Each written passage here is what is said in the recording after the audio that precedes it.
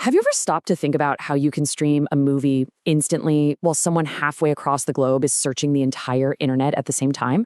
Well, the answer is this invisible architecture called a distributed system.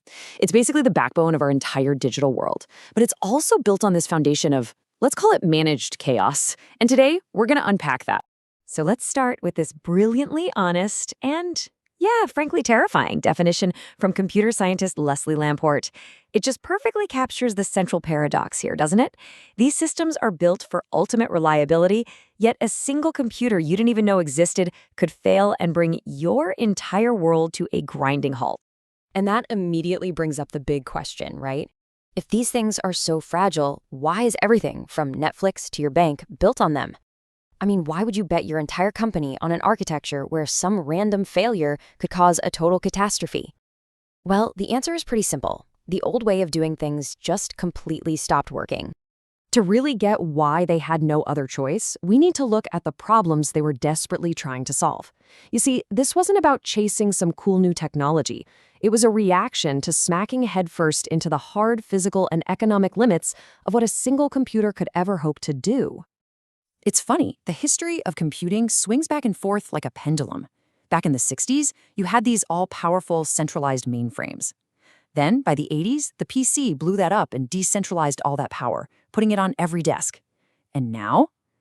Now, the cloud has swung the pendulum right back again, creating this distributed model that connects millions of computers into what feels like one single, giant global machine. So this is the crucial point right here. We didn't move to distributed systems because it was some cool idea. We did it because we hit a wall. A single computer, I don't care how powerful it is, it just can't handle all the data on the internet. It can't serve video to billions of people at once. We absolutely had to find a way to get past the limits of a single box. And so, born out of this necessity, this whole new approach unlocked an incredible new kind of power. It totally changed the question. It went from, how do we build one gigantic, impossibly strong machine, to, hey, what if we built a system from thousands of totally ordinary ones all working together? This slide just visualizes that core strategy perfectly. Scaling up, that's the old way. It's like trying to find one superhero weightlifter who's strong enough to lift an entire building. It's incredibly expensive, and eventually you just hit a limit. But scaling out, that's the distributed approach. You get a huge team, you get everybody a manageable piece of the load, and you lift it all together. It's cheaper, way more flexible, and in theory, totally limitless. Now, this scaling out approach gives you three critical superpowers. First up, scalability. You need to handle 1 million new users tomorrow? No problem. You just add more computers to the swarm. Second, availability. A server in one data center literally catches fire? Who cares? The system stays online because others just take its place. That dreaded single point of failure is gone. And third, performance. Look, you can't break the speed of light, but you can put a server in Sydney, so your users in Australia get a lightning-fast experience instead of a laggy, painful connection to New York. But, and you knew there was a but coming, all this power comes at a price.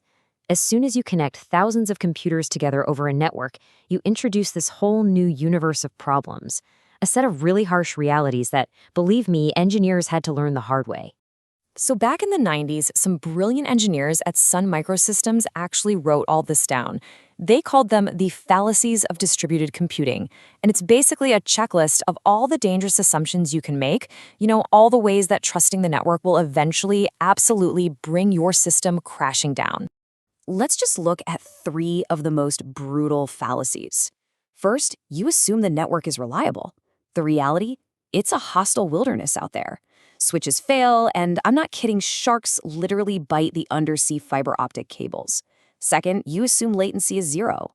A request inside one computer, that's nanoseconds. Over a network, that's milliseconds. It's about 1 million times slower.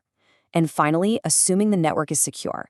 The modern approach, what we call zero trust, assumes the exact opposite, that the attackers are already inside your network.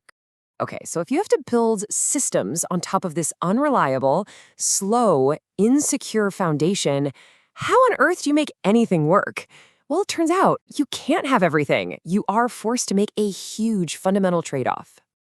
This trade-off is famously known as the cap theorem, and it's basically a fundamental law of the distributed universe, like gravity. It says that any distributed system can only pick two of these three guarantees. Consistency, meaning everyone sees the same data at the same time. Availability, meaning the system is always online and ready to go. And partition tolerance, meaning it keeps working even when the network breaks and computers can't talk to each other. But here's the catch. You don't actually get to pick any two of the three, because networks fail. That's a given. So these partitions, where parts of your system get cut off from each other, they are inevitable. You have to build for them. And this forces a really stark choice between the other two. Do you want consistency or do you want availability? And this table just shows you exactly how that choice plays out in the real world. A banking system, it has to choose consistency. During a network glitch, it would rather stop working completely than risk showing you the wrong account balance. That's why an ATM might just swallow your card. It's designed to fail safely. But a social network? It's going to choose availability every time. It would rather stay online and let you like that photo, even if it takes a few seconds for that like to show up for everyone else. User experience is more important than perfect instant consistency, you see? This isn't just a technical choice, it's a fundamental business decision. This constant balancing act, this is the real heart of designing distributed systems.